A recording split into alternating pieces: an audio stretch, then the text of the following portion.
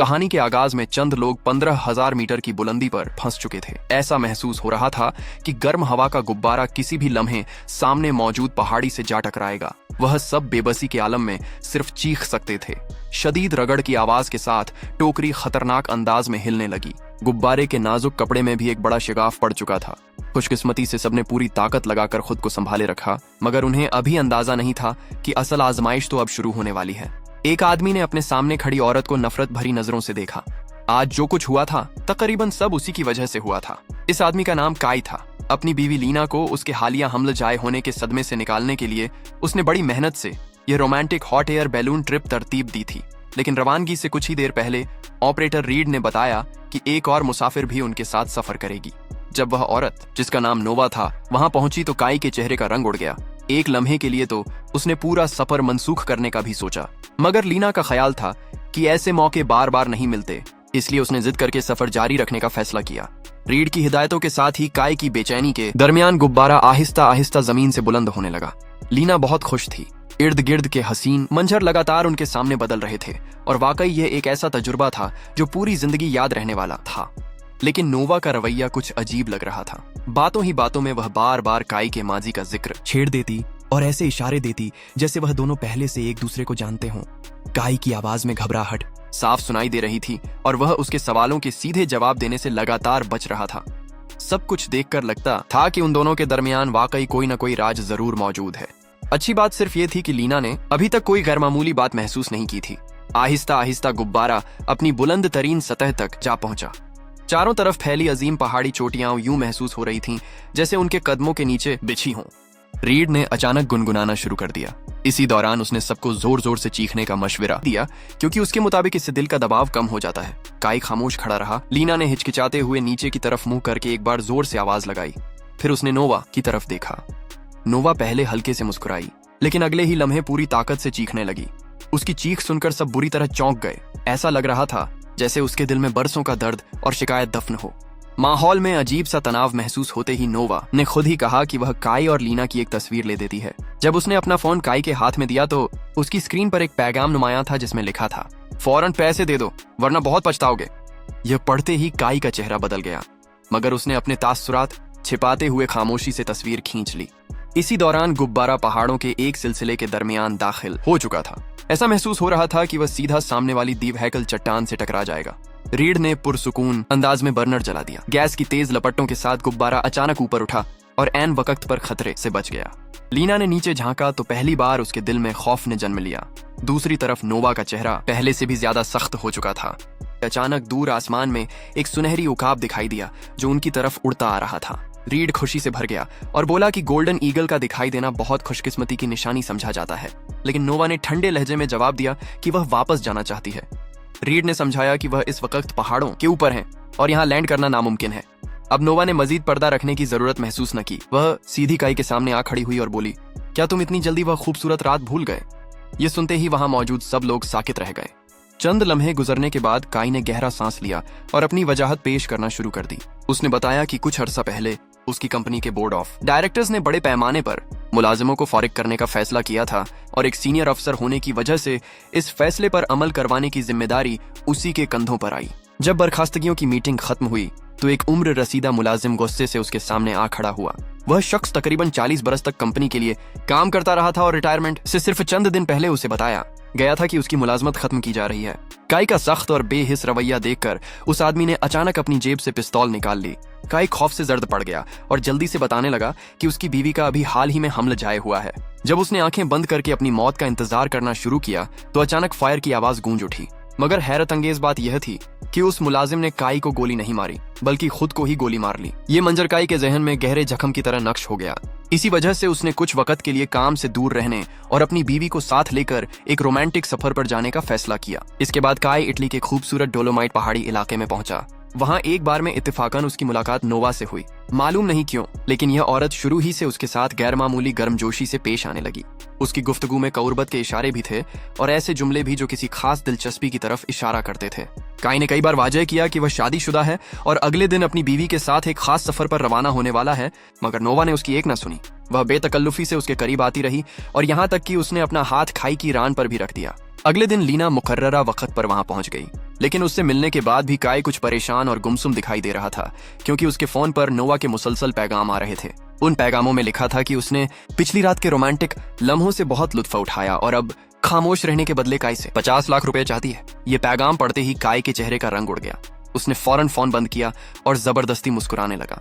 उसने कभी तसव्वुर भी नहीं किया था कि कोई उसे इस तरह ब्लैकमेल करेगा। अगरचे उसके पास रकम मौजूद थी, मगर वह ये रकम अदा करने के लिए तैयार नहीं था। आखिर वह यहाँ सिर्फ छुट्टियां गुजारने आया था। नोवा ने उसके पूरे सफर का पता लगा लिया था और जानबूझकर इसी हॉट एयर बैलून ट्रिप में शामिल हुई थी।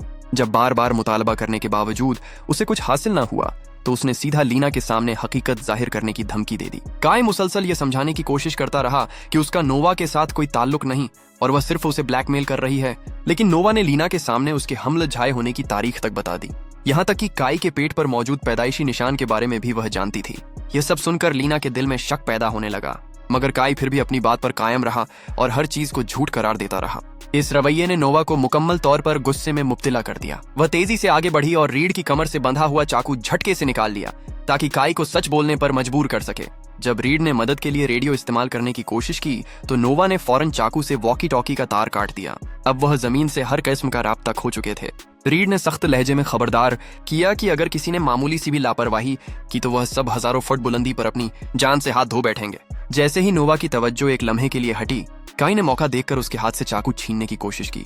दोनों के दरमियान शदीद हाथापाई शुरू हो गई और इसी कश्मकश में गलती से गैस की पाइपलाइन कट गई। एक धातु की रॉड बर्नर से टकराई और अगले ही लम्हे जोरदार धमाका हो गया। खुशकिस्मती से रीड एक तजुर्बेकार ऑपरेटर था। उसने फौरन गैस वाल्व बंद कर दिया और आग फैलने से पहले ही काबू पा लिया। लेकिन इतनी अफरा तफरी के बाद गुब्बारा पूरी तरह बेकाबू होकर तेजी से ऊपर उठने लगा। उसे नीचे लाने के लिए ऊपर मौजूद वेंट खोलना जरूरी था, मगर उसे चलाने वाली रस्सी का बड़ा हिस्सा आग में जल चुका था। मजबूरी में रीड को इंतहाई एहतियात के साथ टोकरी के किनारे पर चढ़ना पड़ा। बड़ी मुश्किल से उसने वेंट की बची हुई रस्सी तक रसाई हासिल की। वह उसे खोलने ही वाला था कि अचानक बेहोश पड़ी नोवा को होश आ गया। सूरत हाल समझे बगैर उसने घबराहट में रीड को जोर से धक्का दे दिया। रीड का तवाजुन बिगड़ गया और वह सीधा टोकरी से बाहर जा गिरा। ये मंजर देखकर काई गुस्से से चीख उठा और बोला, तुमने उस वाहिद शख्स को मार दिया जो इस गुब्बारे को चला सकता था। नोवा कांपती हुई आवाज में बोली कि उसने जानबूझकर ऐसा नहीं किया। इस दौरान गुब्बारा मुसलसल ऊपर उठता रहा और देखते ही देखते 15,000 मीटर की खतरनाक बुलंदी तक पहुंच गया। वहां हवा इतनी पतली थी कि सबको महसूस होने लगा कि किसी भी वक्त ऑक्सीजन की कमी से उनका दम घुट सकता है। ऐसे जानलेवा हालात में लीना ने हैरान कर देने वाली हिम्मत का मुजाहिरा किया। उसने फैसला किया कि वह रीढ़ की तरह टोकरी के किनारे से बाहर निकलकर वेंट खोलने की कोशिश करेगी। काई भी उसकी मदद करना चाहता था, लेकिन ऑक्सीजन की शदीद कमी की वजह से वह बेहोश होकर गिर पड़ा। दूसरी तरफ लीना की सांसें भी तेजी से फूल रही थीं। वह नीम बेहोशी की हालत में हवा में लटकी हुई थी। जब ऐसा लगने लगा कि उसकी पकड़ किसी भी लम्हे छूट सकती है, उसी वक्त उसके दिमाग ने दोबारा काम करना शुरू किया। उसने अपनी बाकी बची हुई ताकत जमा की, एक जबरदस्त छलांग लगाई और आखिरकार हवा में झूलती हुई रस्सी को पकड़ लिया। जैसे ही उसने वेंट वाल्व खोला, गुब्बारा आहिस्ता आहिस्ता नीचे उतरना शुरू हो गया। कुछ देर बाद काई को भी होश आ गया। लीना ने फोन के जरिए मदद तलब करने की कोशिश की, मगर वहां सिग्नल का नामो निशान तक नहीं था। काई को फौरन नोवा याद आई और उसने कहा कि सबसे पहले उस औरत को बांध देना चाहिए। लेकिन लीना के दिल में अब भी यह सवाल मौजूद था कि क्या उसका शौहर वाकई बेवफाई कर चुका है। इसी लम्हे काई ने जल्दी से अपना फोन निकाला और गैलरी खोलकर दिखाई। उसने कहा कि शायद नोवा ने उसके सोशल मीडिया से उसके पैदाइशी निशान वाली तस्वीर देख ली होगी। यह बात सुनकर लीना का दिल कुछ हद तक मुतमिन हुआ और उसने वक्ती तौर पर अपने शौहर पर यकीन करने का फैसला किया। लेकिन इसी दौरान एक नई मुसीबत सामने आ गई। गुब्बारा तेजी से एक खतरनाक पहाड़ी चोटी की तरफ बढ़ रहा था। बुलंदी को काबू करने वाला आला पहले वाली झड़प में खराब हो चुका था। अब उनके पास सिर्फ एक ही रास्ता था, वजन कम किया जाए ताकि गुब्बारा दोबारा ऊपर उठ सके और चट्टान से टकराने से बच जाए। दोनों ने टोकरी में मौजूद तकरीबन सारा सामान नीचे फेंक दिया। इसी दौरान उन्हें मालूम हुआ कि टोकरी का निचला हिस्सा आग की वजह से कमजोर हो चुका है और उसमें दरारें पड़ गई हैं। जब उन्होंने नीचे देखा तो सिर्फ एक गैस सिलेंडर बाकी बचा था।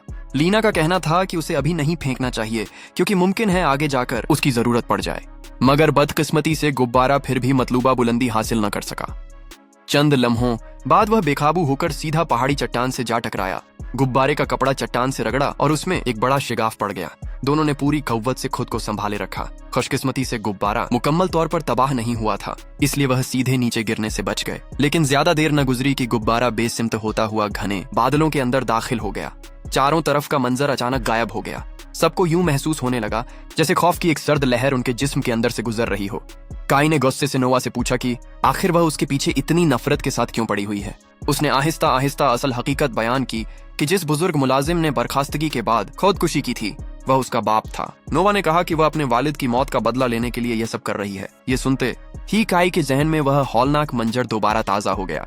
इसी दौरान नोवा ने अचानक चाकू निकाला और काई के कंधे में घोंप दिया। लीना फौरन आगे बढ़ी और उसे रोकने की कोशिश की। उसने नोवा को समझाया कि मुलाजिमों को निकालने का फैसला कंपनी के आला अफसरों ने किया था और सारा इल्जाम सिर्फ काई पर नहीं डाला जा सकता। वह चाकू हवाले करने ही वाली थी कि अचानक काई आगे बढ़ा और फायर एक्सटिंग्विशर उठाकर उसके सर पर दे मारा। नोवा फौरन बेहोश होकर गिर गई। नोवा को इस हालत में देखकर लीना के दिल में भी गुस्सा भर गया। अगरचे काई बार बार यही कह रहा था कि उसने सिर्फ अपनी जान बचाने के लिए ऐसा किया, फिर भी लीना को उसका रवैया बेहद सख्त महसूस हुआ। काई ने जल्दी जल्दी अपने जख्म पर पट्टी बांधी। तब तक गुब्बारा बादलों से बाहर निकल चुका था, मगर एक और खतरा उनका इंतजार कर रहा था। गुब्बारे के कपड़े में मौजूद शिगाफ आहिस्ता आहिस्ता बड़ा होता जा रहा था और वह दोबारा नीचे गिरने के खतरे से दो चार थे। खुशकिस्मती से उन्होंने एक गैस सिलेंडर महफूज रखा था। काई ने फौरन बर्नर जलाने की कोशिश की। जैसे ही आग की तेज लपट ऊपर उठी, डगमगाता हुआ गुब्बारा दोबारा कुछ हद तक मुस्तहकम होने लगा। इसी दौरान लीना की नजर एक कोने में पड़ी बेहोश नोवा पर गई। उसके दिल में दोबारा गुस्सा उभर आया। उसने काई से कहा कि अगर वह बार में इस औरत से बात न करता तो आज उन्हें इन तमाम मुसीबतों का सामना न करना पड़ता। काई को महसूस हुआ कि उसके साथ नाइंसाफी हो रही है और दोनों के दरमियान एक बार फिर शदीद बहस शुरू हो गई। लीना बहुत जज्बाती और गुस्से में थी।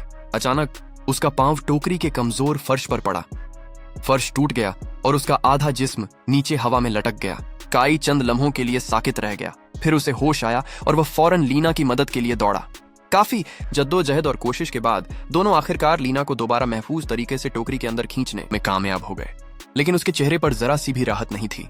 उसके जहन में बार बार वह लम्हा घूम रहा था जब काई उसे बचाने से पहले चंद सेकंड के लिए ठिठक गया था। काई ने सफाई देते हुए कहा कि वह सिर्फ खौफजदा हो गया था, लेकिन लीना के दिल में अब शक पहले से कहीं ज्यादा गहरा हो चुका था। एन उसी वक्त आसमान के एक हिस्से में स्याह बादलों का बहुत बड़ा झुरमुट दिखाई देने लगा। चंद ही लम्हों बाद चारों तरफ मूसलाधार बारिश शुरू हो गई। गुब्बारे में पड़ा हुआ शिगाफ लगातार फैल रहा था और उसके अंदर मौजूद गर्म हवा का दबाव तेजी से कम होता जा रहा था। अब उनके पास बचने का सिर्फ एक ही रास्ता था, इस सुराख को फौरन बंद किया जाए, वरना वह किसी भी वक्त नीचे गिरकर हलाक हो सकते थे। इस नाजुक मौके पर लीना ने एक बार फिर हिम्मत दिखाई। काई की मदद और बर्नर की आग के सहारे उसने बड़ी मुश्किल से उस शिगाफ को बंद कर दिया। कुछ देर बाद स्याह बादल आहिस्ता आहिस्ता छूटने लगे। आखिरकार वह फौरी खतरे से बाहर आ गए और सूरज की नरम रोशनी दोबारा पुरसुकून महसूस होने लगी। मगर थोड़ा सुकून मिलने के बावजूद लीना की नजरें अब भी काई के लिए सख्त थीं। वह अब अपने शौहर को एक नए झाविये से देख रही थी। लीना ने फैसला किया कि वह नोवा का फोन चेक करेगी। काई ने यह बात देख ली, लेकिन खामोशी से उसने वह फोन टोकरी से बाहर नीचे गिरा दिया। जब फोन न मिला तो लीना ने काई से उसका मोबाइल मांग लिया। काई को पूरा यकीन था कि उसने हर चीज बड़ी होशियारी से छिपा दी है, इसलिए उसने बिना किसी झिझक के अपना फोन उसके हवाले कर दिया। लेकिन उसे इस बात का अंदाजा नहीं था कि इसी दौरान मोबाइल नेटवर्क दोबारा वापस आ चुका था। फोन पर नोवा का पहले भेजा हुआ एक मैसेज और उसके साथ एक लिंक जाहिर हुआ। जैसे ही लीना ने वह लिंक खोला, एक वीडियो चलने लगी जिसमें होटल के कमरे में काई और नोवा बेहद करीबी लम्हों में नजर आ रहे थे। अब हकीकत पूरी तरह वाज़ेह हो चुकी थी। काई का झूठ, उसकी तमाम सफाइयां और उसका बनावटी चेहरा एक ही लम्हे में बेनकाब हो गया। मगर हैरत की बात यह थी कि उसे जरा सा भी पछतावा महसूस नहीं हुआ। उल्टा उसने सारा कसूर लीना के सर डाल दिया। तमस्खुर भरे अंदाज में वह बोला कि लीना को मोहब्बत और रोमांस की कोई समझ ही नहीं। वह सिर्फ उस आरामदेह जिंदगी से लुत्फ उठाना जानती है जो उसने उसे दी थी। ये अल्फाज सुनकर लीना अंदर से टूट गई। गुस्से और दुख के आलम में उसने काई को जोर से धक्का दे दिया। बदकिस्मती से उसी लम्हे काई का पांव टोकरी के टूटे हुए फर्श में मौजूद सुराख में फंस गया और उसका आधा जिस्म बाहर लटक गया। अब वह हवा में झूल रहा था। उसकी चीखों में मदद की दरख्वास्त कम और धमकियां, गालियां और इल्जाम ज्यादा थे, लेकिन उसने एक बार भी अपने और लीना के रिश्ते या मोहब्बत का जिक्र नहीं किया। यह सब सुनकर लीना की आंखों की सर्दी और बढ़ गई। उसने नोवा की बेजान लाश को उठाया और टोकरी से बाहर धकेल दिया। दूसरी तरफ काई की ताकत पहले ही तकरीबन खत्म हो चुकी थी। जैसे ही उसका तवाजुन और बिगड़ा, वह भी गहराई में जा गिरा। उसी लम्हे लीना को आखिरकार पूरी सच्चाई समझ आ गई। उसे एहसास हो गया कि उसका शौहर वाकई एक खुदगर्ज और घटिया इंसान था। कुछ वक्त बाद गुब्बारा आहिस्ता आहिस्ता नीचे उतरते हुए एक खुले खेत में जा पहुंचा। जमीन पर पहुंचने के बाद लीना ने आखिरी बार उस गुब्बारे की तरफ देखा, फिर उसमें आग लगा दी। ऐसा लग रहा था जैसे वह इस खौफनाक सफर, तमाम झूठ, धोखे, तकलीफ और मौत की यादों को हमेशा के लिए जलाकर खत्म करना चाहती हो। और इसी मंजर के साथ इस फिल्म की कहानी अपने इख्तिताम को पहुंच जाती है।